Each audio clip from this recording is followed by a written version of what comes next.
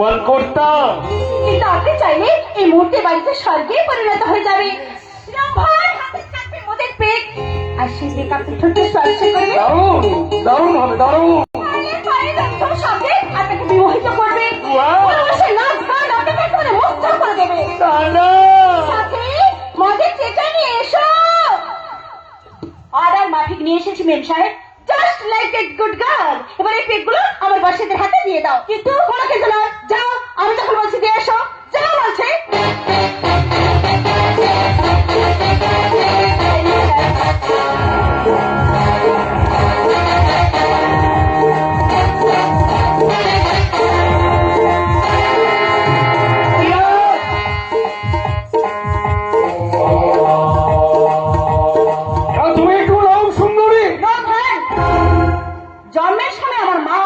মধু খাইয়েছিলেন, তাই মদ খেয়ে অন্য কারো মতো রং মেখে সং সেজে আধুনিক জীবনের নামে ঢং দেখাতে পারবো না।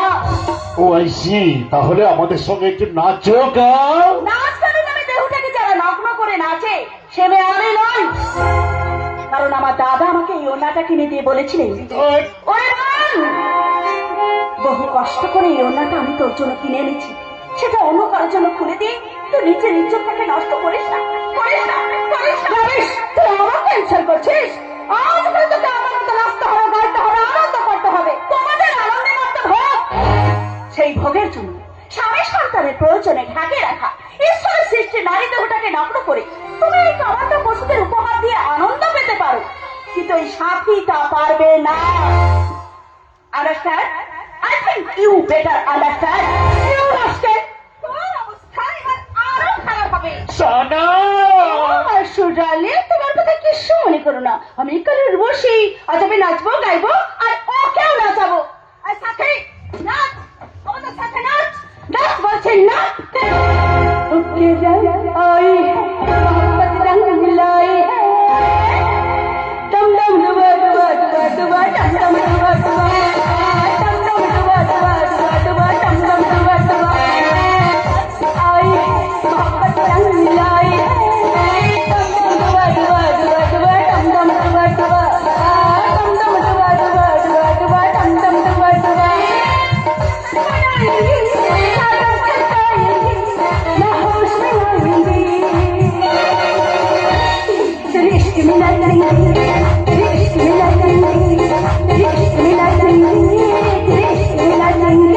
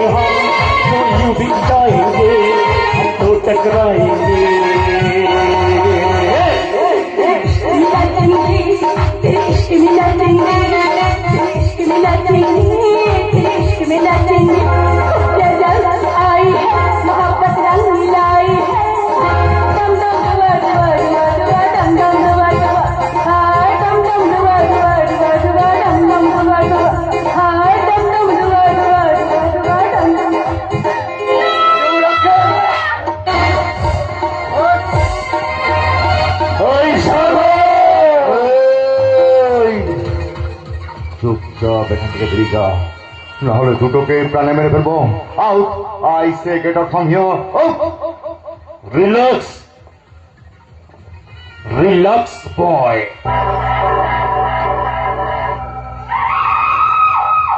অলরাইট, আমি চলেই যাচ্ছি, আর যাবার সময় একটা কথা বলে যাচ্ছি, যার জন্য তুই আমার গায়ে দুবার হাত তুললি তাকে কিন্তু তুই ধরে রাখতে পারবি না। ঈগল পাখির মতো ছো মেরে ওকে আমি তুলে নেব। অশান্ত হাজরা, আমি অশান্ত হাজরা,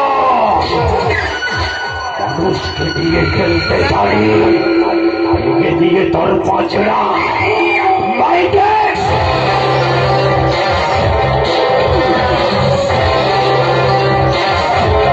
অশান্ত হাজরা, সাবধান সাগরদাস, পুলিশের গায়ে হাত দিয়েছি, পুলিশের সামনে হাজি বাবুর মতো লোককে মেরেছি, তাই আজ থেকে আমি তোর পেছনে ছায়ার মতো লেগে থাকবো। সব বুঝে আমি কম মাটি, এমন কেস তোর আমি ঠকবো যে ইডি সিবিআই এসেও তোকে বাঁচাতে পারে, কারণ আমি অভিনয় ওখানে মারি মানুষের মাথায় বাস। অবিরাজ, সেই বাজে রাত আজকে ঘুমের করে আমি তোর মাথাতে আনবো, থেকে ফোন করে শ্মশানের চিতায় আমি জ্বালিয়ে দেবো। ধনী শিল্পপতি হয়ে শান্তি রক্ষার পুলিশ হয়ে তোরা যদি মদ খেয়ে বড় স্ত্রীর সঙ্গে অভদ্র আচরণ করতে পারি, তাহলে সেই স্ত্রী স্বামী হিসাবে আমিও তোদের ফোন করতে পারি।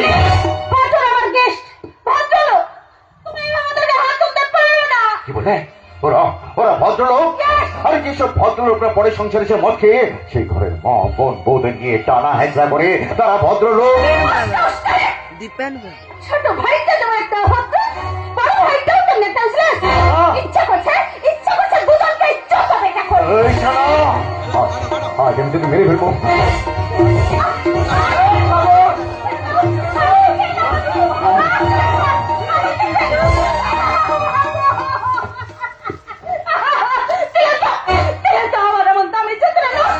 না বৌমা, আমি ইচ্ছে করে করিনি, হঠাৎ পাটা লেগেছে। এমন দামি জুতো কোনোদিন আপনারা দেখেছেন?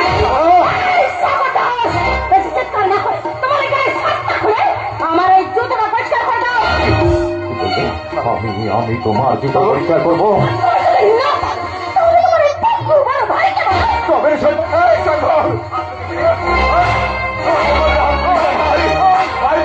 হাত তুলিস না, ছেড়ে দে ভাই, ছেড়ে দে, মেয়েটা মরে যাবে।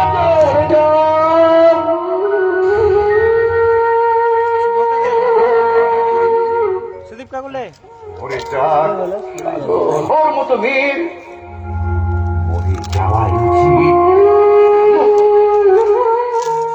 সাগর, বৌমা, বৌমা,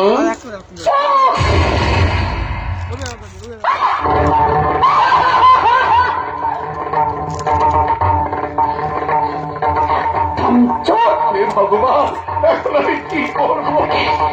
কিচ্ছু করতে হবে না, কিচ্ছু করতে হবে না। শুধু আপনার ভাই একদিন আমাকে যে শাখাগুলো পড়িয়েছিল, বৌমা,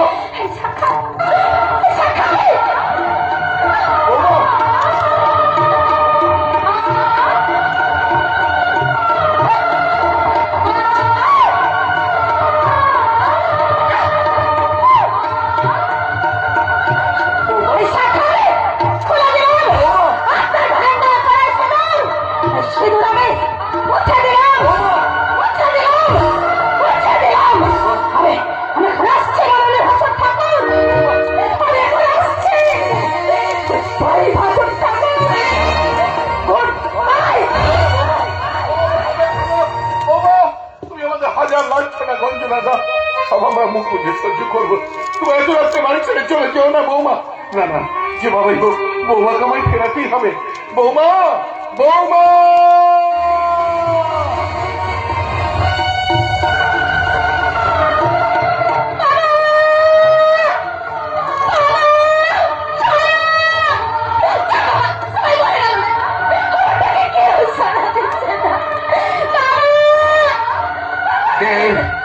কেমন করে যাচ্ছে? এটি সাদা, তুই এত রাতে আমার বাড়িতে? আমি আসতে বাধ্য হয়েছি। তোর কপাল ফেটে রক্ত ছড়ছে কি? কিন্তু কেন, কিসের জন্য? সে কথা আমি বলতে পারবো না, তবে এইটুকু জেনে রেখো, ওদের সাথে সব সম্পর্ক শেষ করে আমি চিরদিনের জন্য বাড়িতে চলে এসেছি। কি বললি? সাগরের সঙ্গে সমস্ত সম্পর্ক ছেদ করে তুই চিরদিনের জন্য চলে এসেছিস? কিন্তু কেন, কিসের জন্য?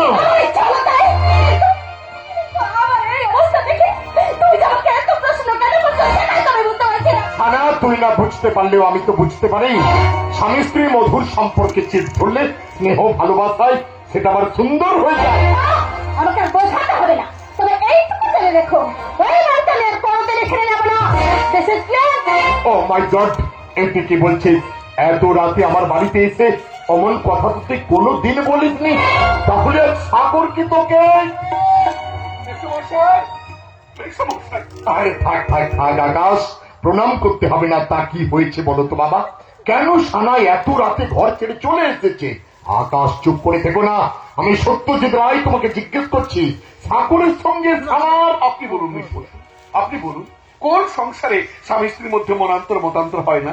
তাই বলে কি বৌমার এত রাত্রে বাড়ি ছেড়ে চলে আসে কি ঠিক হয়েছে? না, ঠিক হয়নি। তবু কেন চলে এসেছে তুমি আমার কাছে নির্দ্বিধায় বলো বাবা। না মানে বলছিলাম কি মেসমশাই, সামান্য একটা কথাকে কেন্দ্র করে। কি বললেন? সামান্য কথা? ও, রামচন্দ্র দাদা তাহলে ওই লক্ষণ ভাইকে বাঁচানোর জন্য এরকম একটা পাগল দাদাকে সামান্য ঘটনা বলছেন। নিজের ভাই নিজের সামনে আমাকে মেরে আমার কপাল ভাঙিয়ে দিল, আর উনি কিনা বলছেন ব্যাপারটা সামান্য। সারা এ থেকে বলছে সাগর তোকে মেরে এই অবস্থা করেছে, কিন্তু কেন, কিসের জন্য? চুপ করে থাকিস না সানা, তুই আমার কাছে বল, সাগরের মতো ছেলে তোকে কেন মারলো? বল সানা, বল বল বল। না মানে আমি ওকে বলেছিলাম কি, মানে আমি বলেছিলাম। কি হলো বৌমা, মেয়ে না করে সত্যি ঘটনাটা মেসমশাইয়ের কাছে খুলে বলো। আমি মানছি আমার ভাই সাগর তোমার গায়ে হাত তুলে অন্যায় করেছে। তাই বলে তুই বাড়িতে গেস্টদের ডেকে নিয়ে এসে আমার বোনকে দিয়ে মদ পরিবেশন করিয়ে নিজে মদ খেয়ে অশ্লীল নাচ গান করা কি তোমার ঠিক হয়েছে? এমনকি স্বামী ভাসুরকে জুতো পরিষ্কার করে দেওয়ার কথা কি বলা তোমার ঠিক হয়েছে? এমনকি আমার বোনকে ওদের সাথে নাচ গান করানো কি তোমার ঠিক হয়েছে? বলো বৌমা, বলো বলো। আমি কি শুনছি? আমি শেষে তুই মদ খেলি, সাগর তোকে মেরে এই অবস্থা করে ভুল করেছে। আমি বলে সেখানে তোকে গলা টিপে শেষ করে দিতাম। একটা কথা না বলে চুপচাপ আকাশের পায়ে ধরে ক্ষমা চা, ক্ষমা চা বলছি। ক্ষমা চাওয়ার কোনো প্রশ্নই নেই।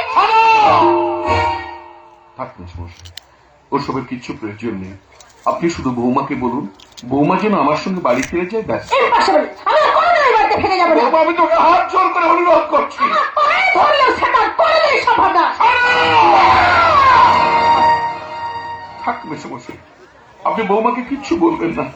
বৌমার মানসিক অবস্থা ভালো নেই, পরে যখন সব বুঝতে পারবে তখন আপনি চলে যাবে। আমি এখন আসছি মেসমশাই, আমি এখন আসছি।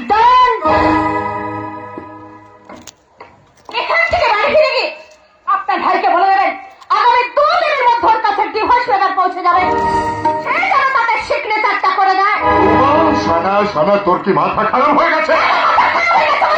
হয়ে গেছে ওদের দুই ভাই ওই যে আমার মাথাটাকে খারাপ করে দিয়েছে, আমার এই জীবনটাকে নরকে পরিণত করে দিয়েছে, আমার নরকে।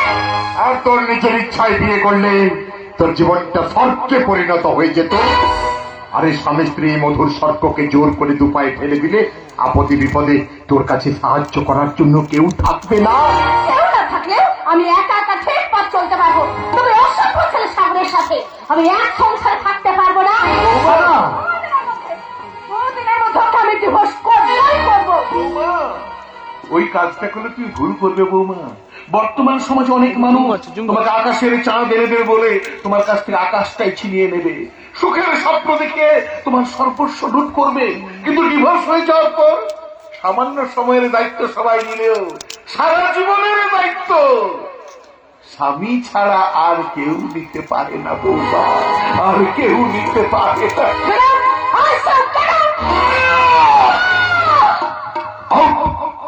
I say you get out! থাক মেসমশাই, অনেক পেয়ে গেল, অনেক কিছু পেয়ে গেলাম, আমি এখান থেকে চলেই যাচ্ছি। আর যাওয়ার সময় একটা কথা বলে যাচ্ছি বৌমা, একজন স্ত্রীর কাছে দামি হলো তার স্বামী। তার সঙ্গে সম্পর্ক রাখতে হলে অর্থ নয়, বিশ্বাসের প্রয়োজন। আঙুলের নখ বড় হলে যেমন নখ কাটতে হয়, আঙুল নয়, তেমনি বিশ্বাসের মাঝে যদি কোনো ভুল থাকে ভুল ভাঙাতে হয়, সম্পর্ক নয়। আজ তোমাদের মাঝখানে যে সম্পর্কের সুতোটা ছেড়ে গেল, হাজার চেষ্টা করলেও সে সম্পর্ক তুমি আর জোড়া লাগাতে পারবে না বৌমা, আর জোড়া লাগাতে পারবে না। খিড়কি থেকে সিংহদুয়ার, এই তোমাদের পৃথিবী, এর বাইরে জগৎ আছে, তোমরা মানো না, তোমরা নিজেই জানো না। খিড়কি থেকে সিংহদুয়ার, এই তোমাদের পৃথিবী, এর বাইরে জগৎ আছে, তোমরা মানো না, তোমরা নিজেই জানো না। তোমাদের কোনটা আসলে কোনটা না, কোনটা কিছুই জবরের কথা, তোমরা নিজেই জানো না। এর বাইরে জগৎ আছে, তোমরা মানো না, তোমরা নিজেই জানো না। খিড়কি থেকে সিংহদুয়ার, এই তোমাদের পৃথিবী। আকাশ, আকাশ, আকাশ, আকাশ, আকাশ, তুমি আমাকে ভুল বুঝে চলে যেও না বাবা, তুমি আমাকে ভুল বুঝে চলে যেও না। কিন্তু সানা, আকাশকে এইভাবে বাড়ি থেকে তাড়িয়ে দেওয়াটা কি তোর ঠিক হলো? কিন্তু এতে যে তোর লাইফটা শেষ হয়ে যাবে। না বাবা, বরং আমার লাইফটা আরো সুন্দর হবে। সুন্দর হবে? কারণ আসন্ন বিধানসভা নির্বাচনে আমি ভোটে দাঁড়াচ্ছি, তার জন্য আমাকে 50 লাখ টাকা লাগবে। 50 লাখ টাকা? Yes. আরে এত টাকা তুই পাবি কোত্থেকে? কেন বাবা, তুমি দেবে? ননসেন্স! এত টাকা আমি দেব? কেন দেব? কিসের জন্য দেব? চাকরি থেকে রিটায়ারের সময় যত টাকা পেয়েছিলাম সেই সব টাকা দিয়ে ঘর করতে আর তোর বিয়েতে খরচ হয়ে গেছে। এখন যা পেনশন পাচ্ছি তাতে কোন রকমের সংসারটা চলছে। এবার এবার তুই বল এত টাকা আমি তোকে কোথা থেকে দেব? কেন, শহরের পাশে যে জায়গাটা শাইনদার বাবা তোমার নামে লিখে দিয়েছে, ওই জায়গাটা বিক্রি করলে প্রায় 1 কোটি টাকা হবে। ওটা বিক্রি করে তুমি আমাকে 50 লাখ টাকা দেবে, আর বাদ বাকিটা ইম্পসিবল! ওটা বিক্রি করার কোনো প্রশ্নই ওঠে না, কারণ শহরের পাশে থাকা জায়গাটা সায়ন ছাড়া কারোর অধিকার নেই। কারণ সায়নের বাবা মারা যাওয়ার আগে ওই জায়গাটা আমার নামে লিখে দিয়ে বলেছিল সায়ন বড় হলে ওকে ফিরিয়ে দিতে। কিন্তু শাইন তো বুঝি আপন কেউ নয়। মেয়েকে বিয়ে দেওয়ার পর মেয়েও বাবার আপন নয়, পর হয়ে যায়। বাবা! তাছাড়া তোর জন্য আমি ওর সঙ্গে বিশ্বাসঘাতকতা করতে পারবো না, তাহলে সায়নের বাবা আমাকে ওপর থেকে অভিশাপ দেবে। বাবা, তাই আমি সিদ্ধান্ত নিয়েছি সায়নকে বিয়ে করানোর পর ওই জায়গাটা আমি ওর স্ত্রীর নামে লিখে দেব। ও আই সি, তাহলে তুমি আমার একটা কথা শুনে রাখো বাবা, শহরে ওই জায়গার ভাগ যদি তুমি আমাকে না দাও, আমি কিন্তু শাইনকে তার স্ত্রীকে নিয়ে বাড়িতে থাকতে দেবো না। না, এই কথা তুই বলিস না। ভেবে দেখ, তোকে আর জেঠুকে ছেড়ে আমি কোথায় যাব, কি করে থাকবো? দরকার নেই, দরকার নেই আমার এই শহরের জায়গা, দরকার নেই আমার লক্ষ লক্ষ টাকা। আমার শুধু দরকার তোকে আর আমার এই জেঠুকে, আর কিছু নয় জেঠু, আর কিছু নয়। সায়ন, সায়ন, ছোটবেলায় বাবা মারা যাওয়ার পর এই জেঠুকে আমি বাবা বলে ভেবেছি, তোকে ভেবেছি ছোট বোন বলে। তাই জেঠু, ওই শহরের জায়গা আপনি ওর নামে লিখে দিন। জেঠু, আপনি ওর নামে লিখে দিন। কি বললি? শহরের এই মূল্যবান জায়গা আমি ওর নামে লিখে দেবো? আরে যে মেয়ে তার সংসার স্বামীকে ঠিক রাখতে পারে না, সেই মেয়ে এত বড় শহরের মূল্যবান সম্পত্তিকে কি করে রক্ষা করবে? সেটা ভাবার প্রয়োজন তোমার নেই। আমি শুধু জানতে চাইছি ওই জায়গার ভাগ তুমি আমাকে দেবে কিনা। ও নো নো নো!